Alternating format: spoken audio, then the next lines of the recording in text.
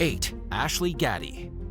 In December of 2022, a man was arrested in the city of Cranebrook in western Sydney for allegedly murdering soccer pioneer and teacher, 31-year-old Danielle Finlay Jones.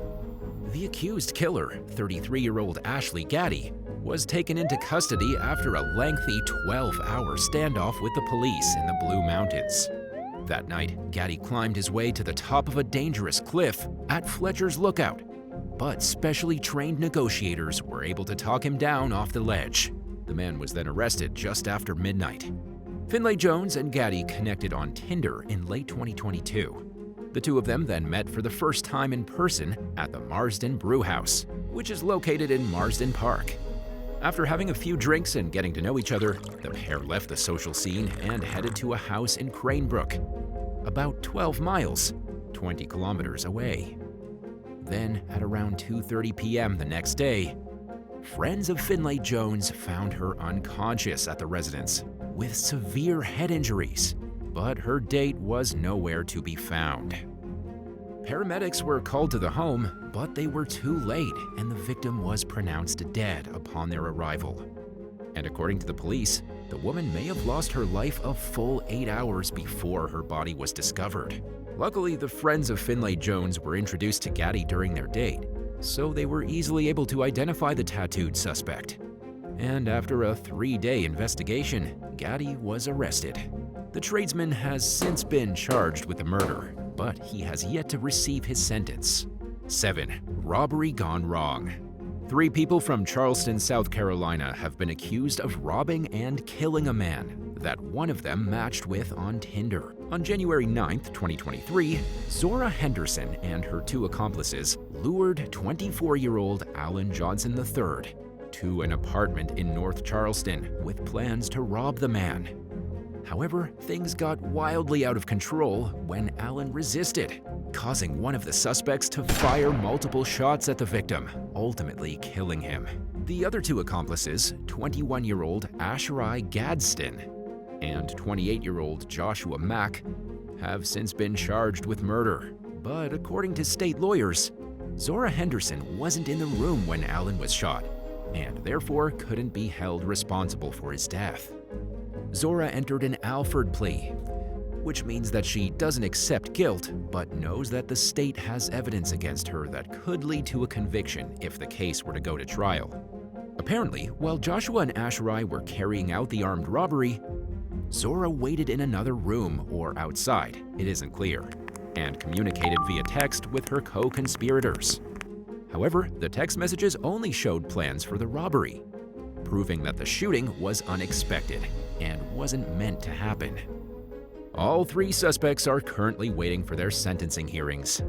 Joshua and Asherai are facing murder and armed robbery charges, but Zora's murder charge was dropped after agreeing to cooperate with the state. So at the moment, the outcome of the case is unclear. 6. WhatsApp nightmare. A woman from Massachusetts who was attending college in the Netherlands was stabbed to death in March of 2022. The alleged 27-year-old killer, who's only known as Thomas R., apparently met the woman on Tinder and had been stalking her for weeks before carrying out the gruesome murder. 21-year-old Miek Oort's body was discovered by Dutch police at the woman's apartment in Leeuwarden. In addition to the murder victim, 2 other injured individuals were discovered inside the building, but they weren't named. The authorities responded to the home at around 3:36 a.m. on a Sunday after receiving a call about a fire inside the apartment. Luckily, Oort had confided in her ex-boyfriend, Michael, after connecting with the suspect on Tinder. But when Oort and Michael debated on whether or not they should get back together, Thomas R. grew jealous of their relationship and started to stalk the woman. Thomas apparently drove up and down Oort's street to check on her whereabouts, and he even harassed her on WhatsApp. And according to the victim's sister, he also placed a tracking device on the woman's bicycle. On the day of the murder, Thomas allegedly tossed a device that was designed to cause fires into the building in an attempt to force people outside. Then, while everyone was distracted, he snuck into the apartment and stabbed Oort to death. Afterward, Thomas tried to flee and began heading to Germany in his vehicle. but he made the mistake of calling his parents, who ended up calling the police. The authorities then caught up with the killer near the German border, where he was arrested for the crime. Unfortunately, there haven't been any updates on the case since March 2022, so it's not clear what punishment Thomas R. received. 5. Zachary Kent Mills. On December 30th, 2022, a 21-year-old Texas man was arrested after he allegedly kidnapped a woman he'd met on the dating app called Bumble. The suspect, Zachary Kent Mills, is said to have held the woman captive for about 5 days. During this time, he repeatedly assaulted and brutalized her. And according to court documents, Mills had since been charged with aggravated kidnapping. On the 29th of December, deputies with the Harris County Constable's Office responded to an emergency call about a female patient at the Houston Methodist Spring Emergency Care Center who'd been the victim of an assault. The victim, who was only identified as JW, told investigators that she'd met Mills on the dating app and that the two of them began a romantic relationship. On Christmas Eve, JW said she agreed to go to the man's apartment, but as soon as she entered, Mills tried to initiate sexual intercourse with her. When she turned down his advances, though, the man physically assaulted her and forced her to remain inside the residence. The victim was subjected to horrible abuse by her captor. According to the affidavit, JW was hit several times with Mills' open fist. The defendant also bit the woman on the face and neck and struck her with the handle of a screwdriver when he got tired of using his hands. The victim told investigators that she'd tried multiple times to escape, but every time she did, Mills stopped her and punished her for it. JW also claimed that during her time with Mills, he refused to give her any food or water. Luckily, though, the woman managed to get out of the home when her captor left the residence to visit his father's house. This allowed JW to flee, and she spoke to the first person she came into contact with and told them what had happened to her. She was then taken to the hospital to be treated for her injuries, including bite marks, cuts to both her nose and throat, and severe bruising to both of her eyes and the rest of her body. JW was able to identify Mills as her attacker based on the man's Texas driver's license photo. And the next day, he was taken into custody and was booked into the Harris County Jail. Surprisingly, Mills was released after posting his $50,000 bond. But he's currently on house arrest while his case works its way through the court system. 4. Missing mother.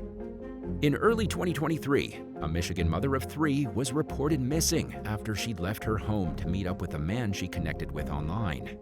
39-year-old Lynn Kim packed a bag and took off on New Year's Eve to meet with Joey, the guy she'd met on Meet Me, a social networking and online dating service. The pediatric medical assistant reportedly left her 3 children behind when she went to see this man. Shannon Christian, Kim's cousin, told Fox 2 that she'd been trying to track the woman down. She also claimed that after Kim met Joey online, she started cutting people out of her life. And according to her, Kim's social media accounts have all been deactivated.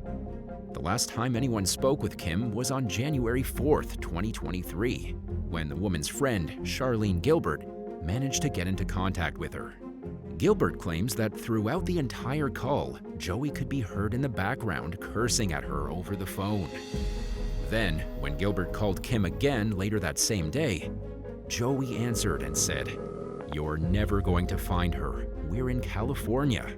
This conversation understandably caused concern with the woman's friends and family, who all just want her to safely return home to be with her 2 sons and daughter. But Gilbert says that Kim has failed to pay any of her bills, and that her phone seems to be disconnected.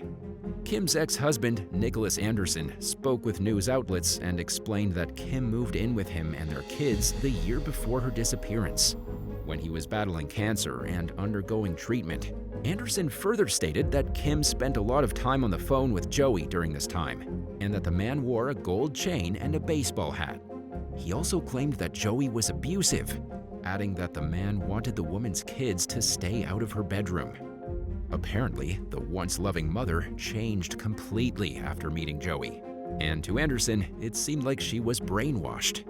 A missing persons report was eventually filed in Clinton Township, where Kim and her 3 children live, or lived. The woman's kids are safe and staying with relatives, but Kim hasn't reached out to any of her family or friends since early January 2023. Fox 2 confirmed later with Clinton Township Police Department that they'd made contact with Kim and that she was safe. But no other information has been released about the case. Sadly, based on reports about Joey, who is apparently from the Bronx in New York, he seems to be abusive, and Kim may be scared to leave him. However, there is nothing the police can do if a victim of domestic abuse refuses to come forward. So for now, Kim's children are still waiting for their mother to come home. 3. Change of plans.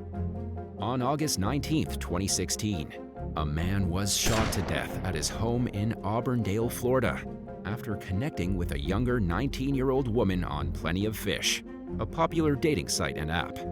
27-year-old Adam Hillary was the victim of a scheme concocted by the woman he met online and 3 other individuals. According to Andy Ray, Auburndale Police Deputy Chief, the plan was likely to rob Hillary and take his stuff, but obviously things turned out a lot differently. On August 18th, Hillary went out on a date with a woman from Plenty of Fish, and afterward, the 2 of them went back to Hillary's house to hang out. The woman didn't stay the night though, and was dropped off at her home later that night. But the police reported that hours later, the woman and her 3 male accomplices returned to Hillary's residence to carry out the robbery. However, when a struggle occurred between Hillary and one of the male suspects, things got out of hand, and the attempted robbery turned into murder when Hillary was shot in the head. Sadly, Hillary left behind his 5-year-old daughter, who will now have to grow up without a father. In 2020, the woman and men responsible for the crime were identified as Haley Rose Bustos, Andre Warner, Joshua Ellington, and Gary Gray. Bustos reluctantly implicated her 3 co-conspirators in order to avoid receiving a life sentence in jail for the crime. Warner was named by the woman as the one who pulled the trigger and ultimately killed Hillary. So he was charged with first-degree murder and was found guilty of the crime by a 12-member jury, who recommended that Warner be sentenced to death. Ellington, Gray, Warner, and Bustos were all charged with robbery with a firearm, burglary with a weapon, and conspiracy to commit armed robbery, although Warner received the additional charge of murder. Bustos received 25 years in prison, but sentencing remains unclear for Ellington and Gray. Warner faces the death penalty for his involvement in the robbery gone wrong, but whether or not this punishment will be upheld remains to be seen. 2. Canine kidnapper. Have you ever gone on a date that you wish you hadn't? Well, this is exactly how an 18-year-old woman felt after inviting a Tinder date to a home where she was dog-sitting in August 2017. The man apparently arrived at the home in Leonia, New Jersey with one of his friends who wasn't invited. The teen claimed that she was distracted by one of these men, causing her to be oblivious to the robbery that was taking place right under her nose. After the men left, the woman noticed that several things were missing around the house, including Maggie, the 2-year-old white Maltese she was supposed to be watching. The unidentified 18-year-old then reported the missing pooch and robbery to the police. Luckily, Maggie was spotted walking along the street in the city of Garfield, which is about a 20-minute drive from Leonia. The canine was then handed over to the All-Humane Animal Rescue, who helped to reunite Maggie with her worried family. The suspects were identified by the authorities, but it's not clear if they were brought to justice or not. After this dog napping, the local police reminded the public not to share personal or financial information with individuals online, which should be a given, but apparently not. We have another great video lined up right after number 1. If you need more of a daily world list dosage, then be sure to stay tuned if you haven't seen that one yet. 1. Chance Seneca. 21-year-old Chance Seneca from Louisiana pleaded guilty to kidnapping charges in September of 2022 in relation to an incident that occurred 2 years earlier in June 2020. Seneca had matched with a gay teenager on the queer dating app Grindr with the sole intention of killing him and dismembering his body. Although the victim, Holden White, survived the ordeal, the gruesome attack left him in a coma for a full 3 days. And within that same week of assaulting White, Seneca tried to kidnap a different man and even succeeded in abducting another, according to a statement from the FBI. White and Seneca were both teenagers when they met on the popular LGBTQ app in May 2020. And after a month of talking to one another, they decided to meet up in person. The pair agreed to meet at Seneca's father's house. But after some small talk, Seneca pulled White backward with a cord that he'd wrapped around his neck, choking him so severely that all the blood vessels in White's face ruptured. And after that, White lost consciousness. Seneca then dialed 911 and confessed the crime to the dispatcher. Although at the time, Seneca believed White was already dead. This move was made by the man in an attempt to be placed in a mental institution, according to an affidavit that was released in 2021. When police arrived at the scene, Seneca was arrested and charged with attempted second-degree murder. And in January 2023, he was sentenced to serve more than 42 years in federal prison for the crime. 8. Keyshawn Newell. One day in 2016, a woman walked into a bank near Cleveland, Ohio, and handed a note to the teller demanding money. The FBI released surveillance photos of the thief, hoping that someone would come forward and identify her. Her name was Brianna Fluid, and she was just 17 years old when two men named Keyshawn Newell and Jeffrey Doss recruited her to commit the robbery. After the photo was released, the pair became worried that she would rat them out. To make sure that didn't happen, Newell shot and killed Brianna. A few days later, Newell confessed to his mother, Tiffany, about the murder. He revealed more details over the following days, and Tiffany overheard Keyshawn bragging to his sister about the crime. As a mother with daughters of her own, Tiffany couldn't bear the thought of someone hurting them and getting away with it. She contacted the FBI about her son's suspected involvement and even convinced Keyshawn's sister to testify against him. 3 minors who witnessed the murder also testified. Keyshawn was convicted on numerous charges, including murder. He tried to appeal his case but failed. His mother's brave decision to turn him in and both Tiffany and Keyshawn's sister's willingness to testify undoubtedly helped to put and keep him behind bars, where he belongs. 7. Jorge Avia Torres. In July 2009, police performed a welfare check on a woman named Amanda Snell at a military base residence in Arlington, Virginia, after the 20-year-old Navy intelligence specialist failed to report for duty the night before. They found her dead inside of a closet. An autopsy determined that someone had strangled Snell.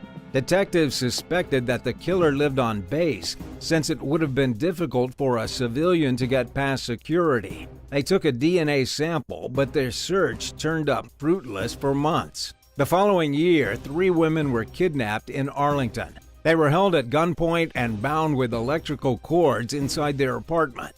Their captor took one of the women to a remote area where he abused and choked her. Then he left her to die on the side of the road. All 3 women survived the horrifying ordeal, and they provided authorities with enough information about their attacker and his vehicle to lead to a suspect. Jorge Avia Torres was a soldier who was stationed at the base where Snell was killed. In fact, he lived just 2 doors down from her. Evidence found inside his SUV linked him to the kidnapping, and DNA connected him to Snell's murder. Avia Torres was arrested for his crimes and taken to jail. At a time when it was of utmost importance for him to keep quiet about what he'd done, he bragged to his cellmate, Osama El Attari, about killing Snell. El Attari, who was doing time for serious fraud, went to authorities with this information. He agreed to wear a wire in exchange for a lesser sentence and captured disturbing audio of Avia Torres talking about how he tied Snell up with her laptop cord and choked her to death. Avia Torres was convicted of the murder, and DNA evidence further revealed that he had committed a double homicide in his hometown of Zion, Illinois back in 2005. He was still a teenager when he killed the two victims and cut their eyes out of their sockets. In hindsight, it appears as though Avia Torres may have joined the military to evade suspicion. The deranged killer pled guilty to the 2005 murders and was sentenced to death. He appealed the death sentence, but the court upheld it, and he is currently awaiting execution. 6. Twain Gotti. Many rap songs talk about violence, but in most cases, these lyrics don't reflect situations that actually happened, and artists don't expect their words to catch up with them in real life. Back in 2007, 16-year-old Christopher Horton and his friend, 20-year-old Brian Dean, were shot dead on a front porch in Newport News, Virginia. The double homicide went unsolved for years. Finally, in 2013, police received a tip that rapper Twain Gotti Stewart discussed the crime in his song Ride Out. The chilling lyrics, which appeared on his MySpace page in 2009 and on YouTube in 2011, mentioned killing someone on a trap house porch at midnight. This, combined with other clues, pointed toward Twain Gotti as the main suspect. Police charged the then 22-year-old with 2 counts of felony murder, 1 count of unlawfully discharging a firearm, and 2 counts of using a firearm to commit a felony. Investigators believe that Twain Gotti shot his victims after an argument earlier that day.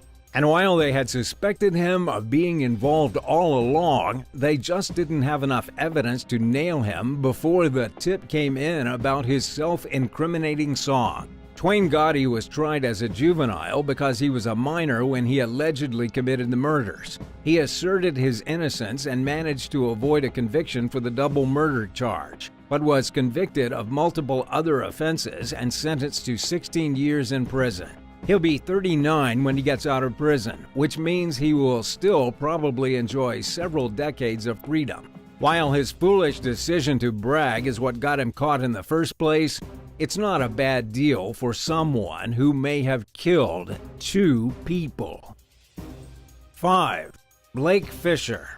Blake Fischer was the Fish and Game Commissioner for the state of Idaho in late 2018 when he made the mistake of sending trophy hunting photos to at least 100 people from his work email address. The disturbing images featured Fischer and his wife with at least 14 dead animals that they shot and killed during a trip to Namibia. Fischer included captions beneath the pictures, including one that read, "So I shot a whole family of baboons." The heartbreaking image showed the blood-covered victims, including a tiny baboon with its head resting on an adult baboon's chest. Fischer and his wife also killed a giraffe, leopard, impala, antelope, warthog, and more. The photos went viral, sparking widespread outrage among conservationists and animal rights activists. Longtime hunters were also angry, claiming that Fischer's bragging was unethical, and even some of the man's colleagues called on him to resign. Fischer argued that he didn't do anything illegal, and he had a point. But his actions were seen as incredibly distasteful and immoral, especially considering his high-ranking position as a wildlife official. The disgraced trophy hunter eventually bit the bullet and quit his job, but he failed to apologize for his actions in a resignation letter he sent to the Idaho governor. He did, however, admit to using poor judgment, showing poor sportsmanship, and failing to properly respect the animals that he killed. 4. Katie Price. British ex-model Katie Price allegedly made the mistake of driving drunk in 2017 when she was found slumped over and covered in vomit in the back seat of her pink Range Rover after the vehicle crashed into a parked car. Her blood alcohol level was nearly twice the legal limit. Price argued that a friend was driving the Range Rover and had fled the scene after the collision. but she refused to give up the person's name. A judge didn't fully buy the story and deemed Price to be a non-credible witness, but he cleared her of a drunk driving charge, banned her from driving for 3 months, and fined her a few $1,000s for less serious offenses stemming from the incident. Price got off the hook for the most part, despite a witness claiming that they saw Price behind the wheel with her boyfriend in the passenger seat. The ruling was somewhat surprising considering Price's previous history of driving violations, including speeding, running red lights, and driving while talking on her cell phone. She exited the courthouse victoriously pumping her fist into the air and exclaimed, "Brilliant! I thought I was going to get 2 years." She then bragged that she was going to go car shopping. While Price may have avoided the more serious legal consequences she faced, she totally lost in the court of public opinion, which vehemently disapproved of her jubilant behavior. Price was accused of trivializing a serious issue and faced criticism from a mother whose daughter was killed by a drunk driver. People claim that Price got away with a crime because of her celebrity status, and they aren't necessarily wrong. Meanwhile, it appears as though the former model was charged yet again with drinking and driving. This time, it looks like her recklessness has finally caught up with her. Instead of acting cocky, Price pleaded guilty and admitted to taking drugs. She was mandated to rehab and faces possible jail time. 3. Robert Chapman. Just days into the new year, a pro-Trump rally turned deadly when rioters stormed the U.S. Capitol over what they believed was a stolen election. At least 5 people died and 138 police officers were injured while trying to get the insurrection under control. Hundreds of people were arrested in the aftermath of the uprising, but catching them has been a long, drawn-out process for investigation. A man from Putnam County, New York, named Robert Chapman, made their life a little easier after he bragged to a woman he met on Bumble about his participation in the violence. His prospective date was anything but impressed. The woman reportedly responded by telling Chapman that they were not a good match and reported him to the authorities. She showed them the incriminating messages he had sent her about his involvement in the ordeal. Chapman had gone into detail about his actions, telling the woman that he had made it all the way to Statutory Hall.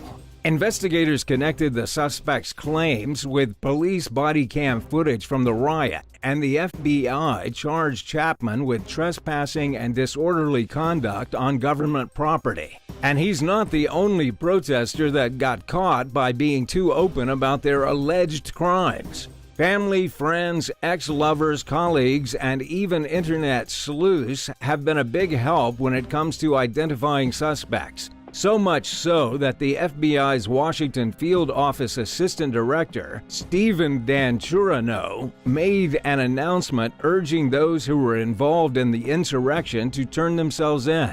He administered a no-nonsense warning stating, "Even your friends and family are tipping us off.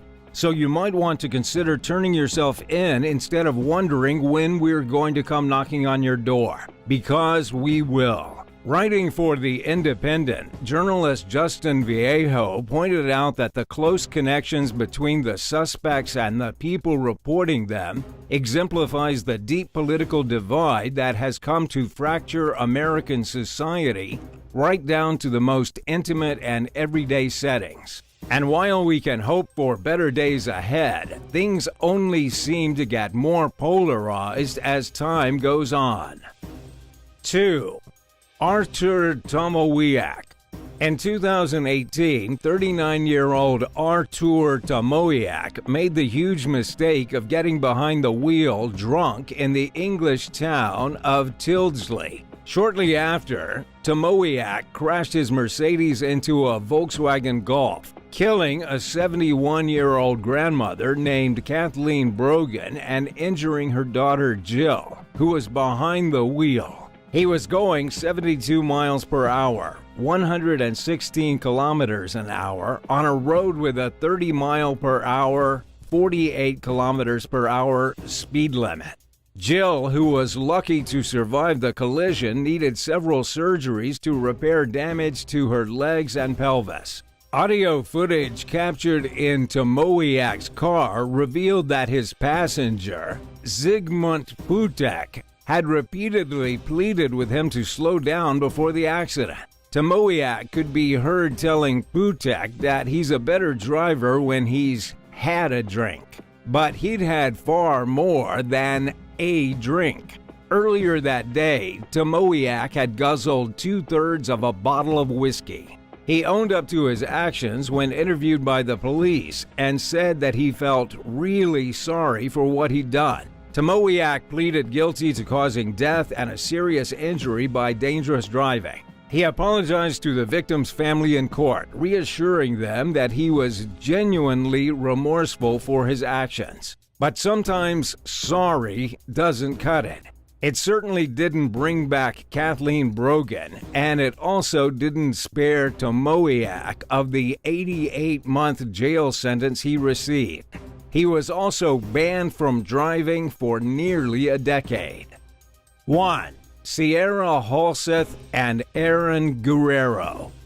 16-year-old Sierra Halseth and her 18-year-old boyfriend, Aaron Guerrero, thought they were in love. But Sierra's father, Daniel, had forbidden them from seeing each other. They were determined to be together, and they saw killing Daniel as their only choice for making it happen. In April of this year, Daniel's body was found stabbed and dismembered in his home, which had been set on fire. Family members had trouble reaching Sierra, and soon enough, the teen and her boyfriend became the prime suspects in Daniel's murder. Surveillance footage showed the pair buying bleach, lighter fluid, gloves, and a circular saw in the days leading up to the crime. A couple also recorded videos for their YouTube channel immediately after the killing, bragging about how they had murdered and attempted to dismember Daniel, and saying it was worth it. After mentioning their heinous crime, the pair boasted about how they'd had lots of sex that day, as if their horrific actions came secondary to their selfish enjoyment. They had fled the immediate area in Daniel Halseth's car, and authorities quickly caught up with them in Salt Lake City, Utah. The young lovers' vision of a picture-perfect escape didn't last very long, and they will likely pay lifelong consequences for it. Sierra was charged as an adult, despite being just 16 years old. She was spared the death penalty, but it's a realistic prospect for Guerrero, who was an adult when the murder happened. At last update, the teens pleaded not guilty to the crime, but the evidence is stacked quite visibly against them, thanks especially to their recorded admissions to the murder.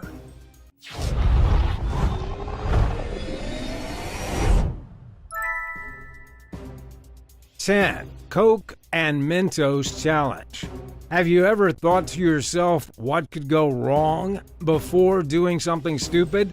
Don't lie. You know you have. Well, those that can admit it can most likely also admit that they had second thoughts before doing the stupid thing they did. Take, for example, these guys who followed the legendary internet trend of mixing Coca-Cola with Mentos. In May 2011, two men in New Jersey posted a video of them doing the popular internet challenge on their YouTube channel, Bruce Bauman. This bizarre and fun challenge actually started a while back in 2006, but it's still going strong to this day. So strong, in fact, that their video got over 2 million views. And here's why. The two guys, Bruce and his friend, decided to do the challenge on a rainy day outside of a tennis court. They slammed down the bottle of Coke with Mentos in it. It was supposed to shoot up towards the sky as it expanded, but that didn't happen. Instead, the bottle launched towards the camera Bruce was holding. Basically, the experiment totally backfired. Now, the mixture of Coke and Mentos isn't harmful by its own means, but a solid object launching towards you at about 20 miles per hour, yeah, that can hurt. We assume Bruce suffered only minor injuries, like a bruise or two, depending on where it hit. We hope it didn't get him in the wrong place. 9. Dry scooping challenge. Have you ever heard of dry scooping? Those of you who aren't gym junkies might not know, but let us enlighten you about it.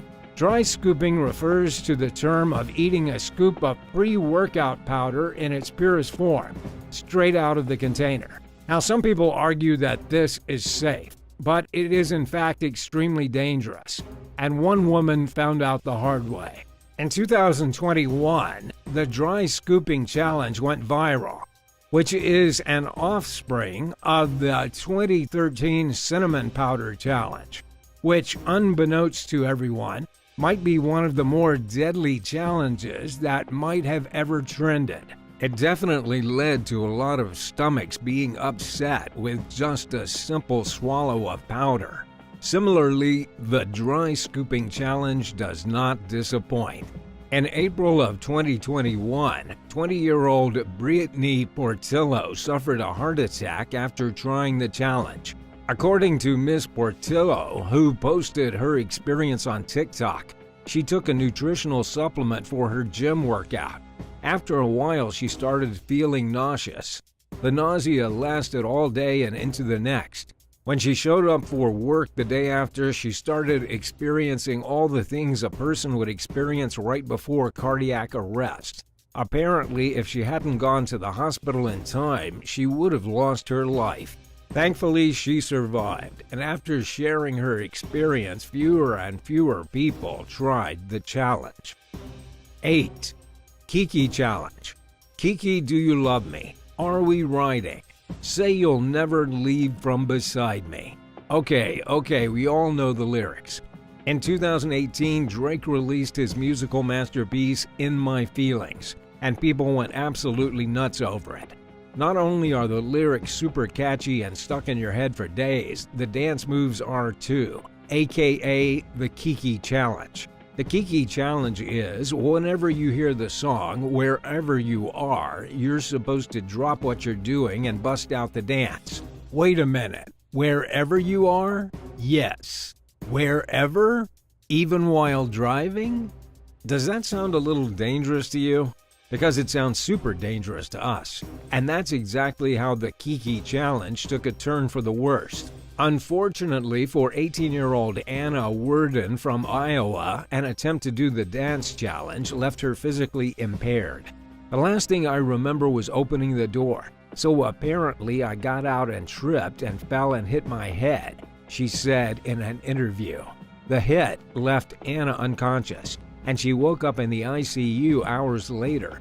Investigations revealed that Anna had suffered bleeding from her brain from a fractured skull and blood clots in her ears. Anna, who recently graduated from Pleasant Valley High School, has always loved dancing and thought the little stunt would be fun. Through her story, the teen wants to share her experience of going from being a graceful dancer to someone who is now relearning how to walk.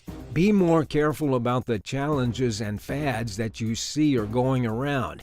It may seem fun and it may seem like it's easy, but at the same time they could be so dangerous, she said at the time of her discharge from the hospital. Anna's journey to recovery has just begun.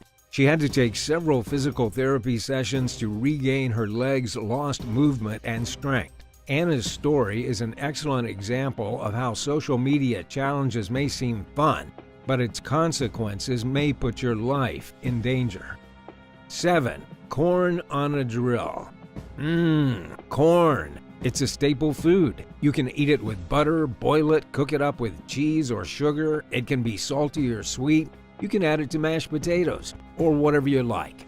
However, there is one way that you should never eat it, and that's on the cob, spinning on an electric drill. Believe it or not, eating corn in this dangerous way became super popular among internet conquistadors. It was 2012 when the new craze took over netizens. The Corn on a Drill Challenge. You eat the corn as fast as you can while it's spinning on an electric drill. Sound dumb? Absolutely. In May 2020, singer and songwriter Jason Derulo tried the challenge out for himself. He posted a video of him doing it too. Have you seen it? In the video he says, "Have you guys seen this?" Holding up the corn on the drill. "I've always wanted to try this." Why, Jason? Why? He lets the corn spin for about 3 seconds, chomping away, and then he says, "Ouch!" He lowers the drill and reveals his bloody mouth and top teeth, all of which are chipped. Well, Jason's video actually turned out to be a prank. But boy did he fool us. On the other hand, a Chinese woman who tried out the challenge got her hair stuck in the drill as it was spinning and it ripped out. That sounds really painful. Our heart goes out to her. We hope she grew her hair back. And some brains, too. 6. Licking public toilets. Licking is how we taste stuff, letting the flavor flood into our mouths and gracefully to let our bodies know if we like it. Okay, that sounds weird. But anyway, unfortunately, that habit was tainted when the licking toilet seat challenge went viral. Yes, it's exactly what it sounds like, and it's disgusting. In March of 2020, a famous musical singer named Ava Louise filmed herself licking a toilet seat to challenge coronavirus, which was still fairly new back then. Soon after Miss Louise did it, tons of people started jumping on the bandwagon, specifically those who were opposed to the validity of the uprising pandemic. That is, until later that same month, a 21-year-old TikToker from California who's going by the username of Lars and Gay Sean Mendez posted a video of him licking a public toilet seat. Not long after, Lars posted a tweet saying, "I tested positive for COVID." And since then, his official Twitter account has been banned. Any updates from Lars have been cut off, though we do hope he's okay. Despite this, the nasty trend continued for quite some time. But seriously, who does something like that? These are some weird times we're living in, people. Would you ever do something like that? Do you know anyone that has? Let us know in the comments below, and if you're liking this video, be sure to hit the thumbs up and subscribe buttons if you haven't already. 5. The Tripping Challenge, or the Skull Breaker Challenge. In 2019, a challenge called the Skull Breaker Challenge spread like wildfire all over the internet. It's a challenge involving 3 people lining up horizontally. However, the person in the middle is unaware of the challenge. The 2 people on the side would then jump first, which would make the middle person jump. And once the middle person jumps, the 2 trip the person midair. Unfortunately, as dangerous as it sounds, many people, mostly minors, started doing this. Tripping people, watching them fall, and laughing at them.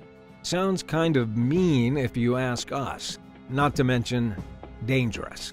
A 16-year-old girl in Brazil was the victim of this internet challenge. When her friends tripped her, she hit her head hard on the ground.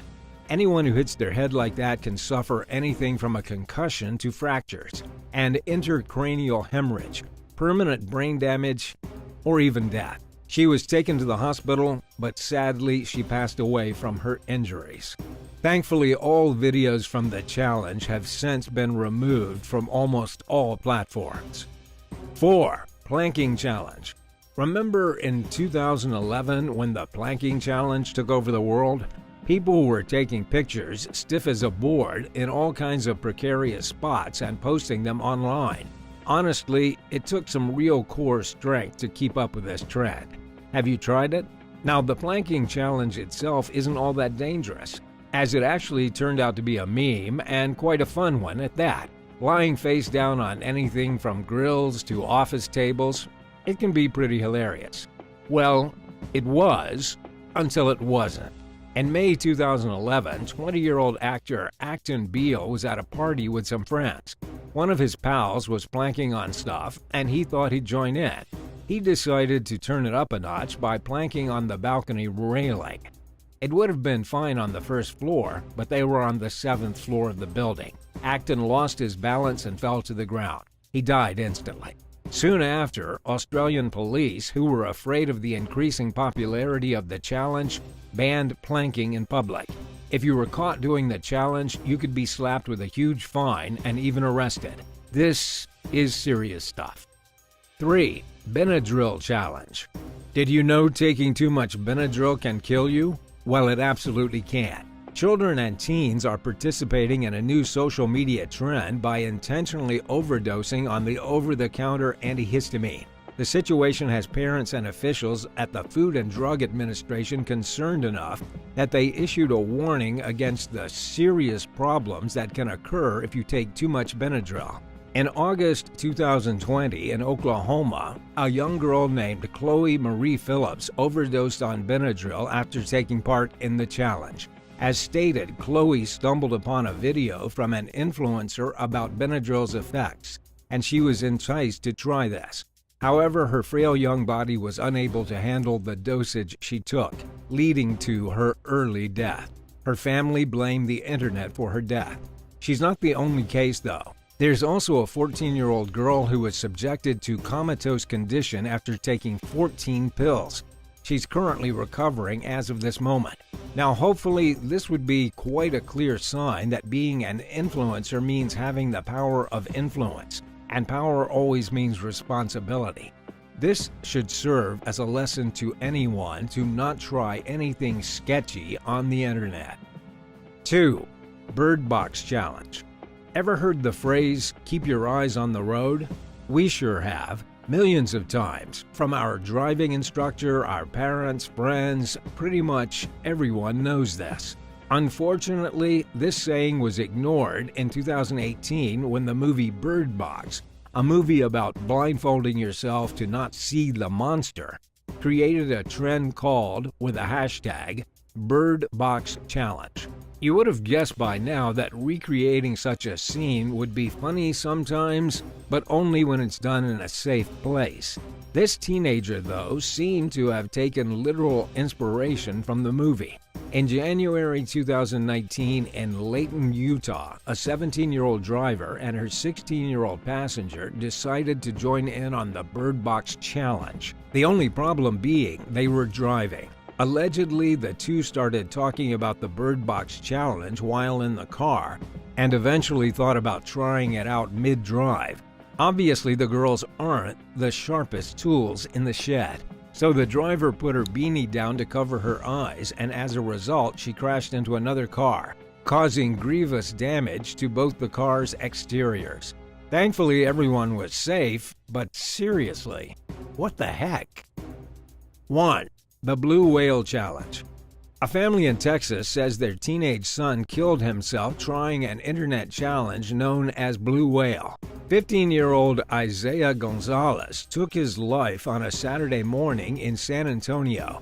His father warned parents to be aware of their children's online activities. In November of 2015, a girl named Rina Palenkova took a selfie and posted it online with the caption, Naya Bye. After posting it, she took her own life. Police and family were left baffled by this, as there was no way that Rina would commit suicide. But after checking Rina's phone, they learned that she had been part of an online group that involved topics about suicide and blue whales.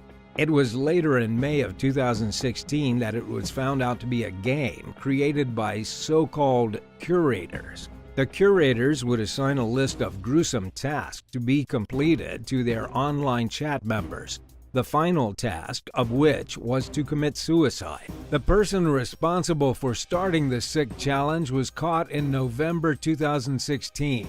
A man named Philip Budeikin, a former psychology student. He admitted to being guilty of influencing people to kill themselves and managed to contact his targets through his 2013 game that had his name and phone number attached to it. In the end, he was charged with 2 counts, but felt no remorse for the actions he had done.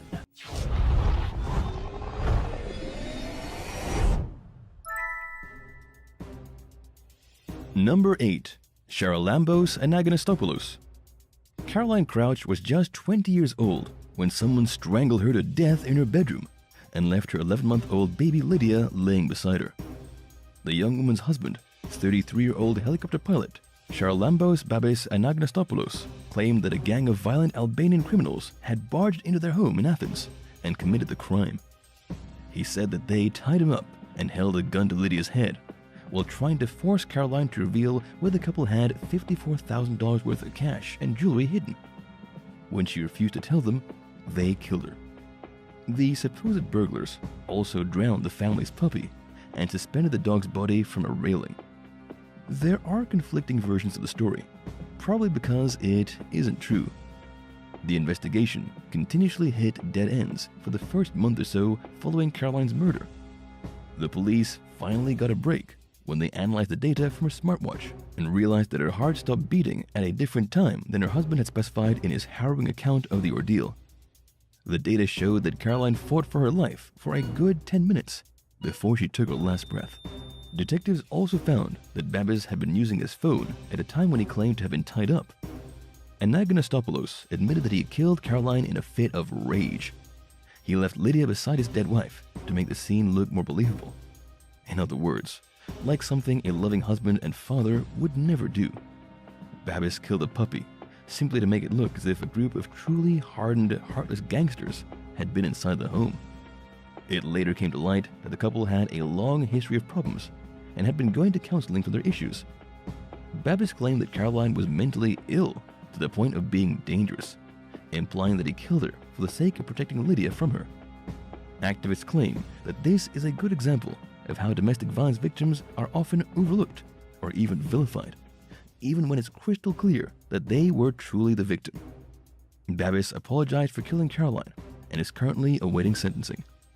Number 7. Frank Rapoli Jr. Frank Rapoli Jr. was already married when he met his future wife, Brenda, during the 80s. He failed to mention this to Brenda, but she found out and made him promise to get a divorce. Frank kept his word, and the two were married in 1986. The couple owned a nice home in New Jersey, where they occasionally entertained guests. Brenda's friends noticed that Frank had a bit of a controlling side. He never helped out around the house and expected to be waited on. At first, Brenda chalked her husband's behavior up to old-fashioned values, but she soon confided in her friends that Frank bossed her around to extremes. He was on her case constantly about doing housework properly.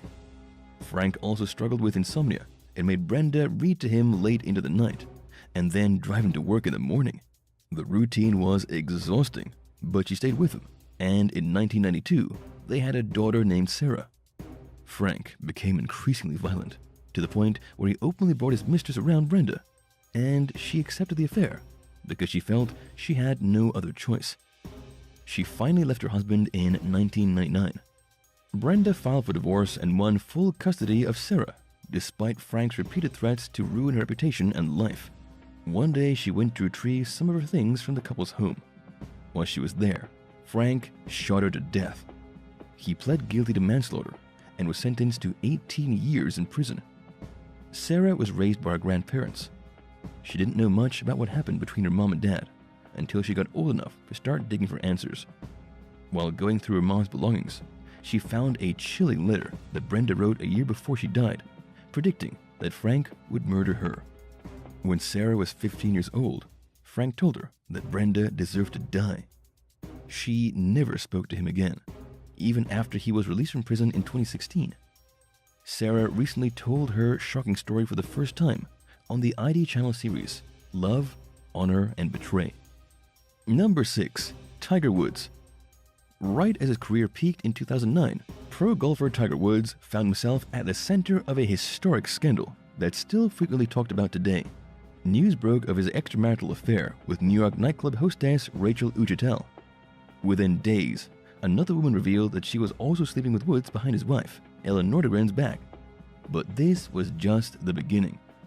More women came forward in the following weeks, and it eventually became apparent that Woods had as many as 120 mistresses throughout his 5-year marriage.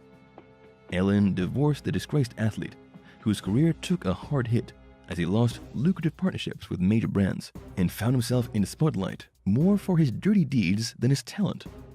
Woods admitted that he had a problem and went to rehab for sex addiction, Things got better, but his recklessness once again made headlines in 2017 when he was arrested for driving under the influence. He returned to rehab, this time for his addiction to prescription painkillers. Woods made an impressive comeback, and until relatively recently, it even seemed like he was doing better than ever. Last year, the press reported that he and his ex-wife were getting along and co-parenting the children peacefully, and that Woods had even started dating again, without cheating, supposedly. Not long after that, however, he crashed his car while going 86 miles per hour in a 45 mile per hour zone. The circumstances surrounding the accident are largely shrouded in mystery. Woods was severely injured and is still healing, and it's unknown whether he will return to professional golf. Either way, at the end of the day, he'll inevitably go down in history as one of the greatest golfers of all time, but also for his infidelity and the trail of self-destruction that ensued. Do you think Tiger Woods really cleaned up his act? Let us know what you think in the comments down below, and if you're liking this video, be sure to hit the thumbs up and subscribe buttons if you haven't already. Number 5. Michael Mastromarino. From the outside looking in, Michael and Barbara Mastromarino had the picture-perfect marriage. As a highly successful New York City-based maxillofacial surgeon, Michael could afford to provide his wife and kids with a privileged lifestyle, including vacations and a lavish home. But he became heavily addicted to painkillers, and it became impossible for his colleagues to ignore. Michael's addiction started to destroy his marriage and home life. When push came to shove, he went to rehab and straightened his life out. Mastromarino lost his license to practice dentistry, but he still needed to support his family, and he needed to do it in a place where he couldn't easily access drugs and risk relapsing. He obtained his tissue harvesting license and started the Biomedical Tissue Services (BTS) company, which harvested human body parts. Normally, this is legal, but greed overcame Michael, and he began stealing body parts from corpses, paying funeral homes $1,000 per body, and forging the consent forms to pass the materials off as legal. He even harvested tissue from people who had died from diseases like HIV and cancer, writing on the paperwork that they had passed away from natural causes. Barbara thought that their lives were back on track after Michael's rehab stint. She didn't know that Michael was running his business illegally. While investigating a funeral home in 2005, detectives found a secret room filled with surgical equipment. The probe led them to Mastromarino, who was convicted of body stealing. He died in prison in 2013.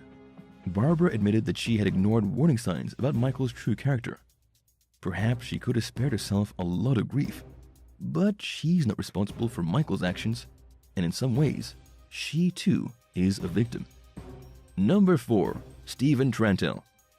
Stephen Trantel was a successful Wall Street trader who could afford some of the finer things in life. He lived with his wife Jean and their children in the Long Island suburb of Rockville Center, where it appeared as though they had achieved the American dream. Trantel went out of his way to uphold the family's upscale image, even after he lost his job following the 9/11 terrorist attacks on the World Trade Center. He left the house in a suit every morning so that Jean would think he was going to work, and she fell for it. But she did notice some things that were off. Stephen wasn't taking good care of himself.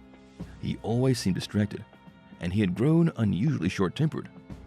It also struck Jean as odd when the couple went out for their birthday and Stephen paid for everything with cash.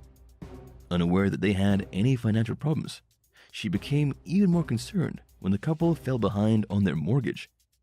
Jean finally learned the truth about Stephen when he was arrested for robbing banks throughout Long Island. He even had a nickname, the Long Island Bank Robber. By the time he was caught, Stephen had committed 10 robberies, accumulating over $60,000 in cash.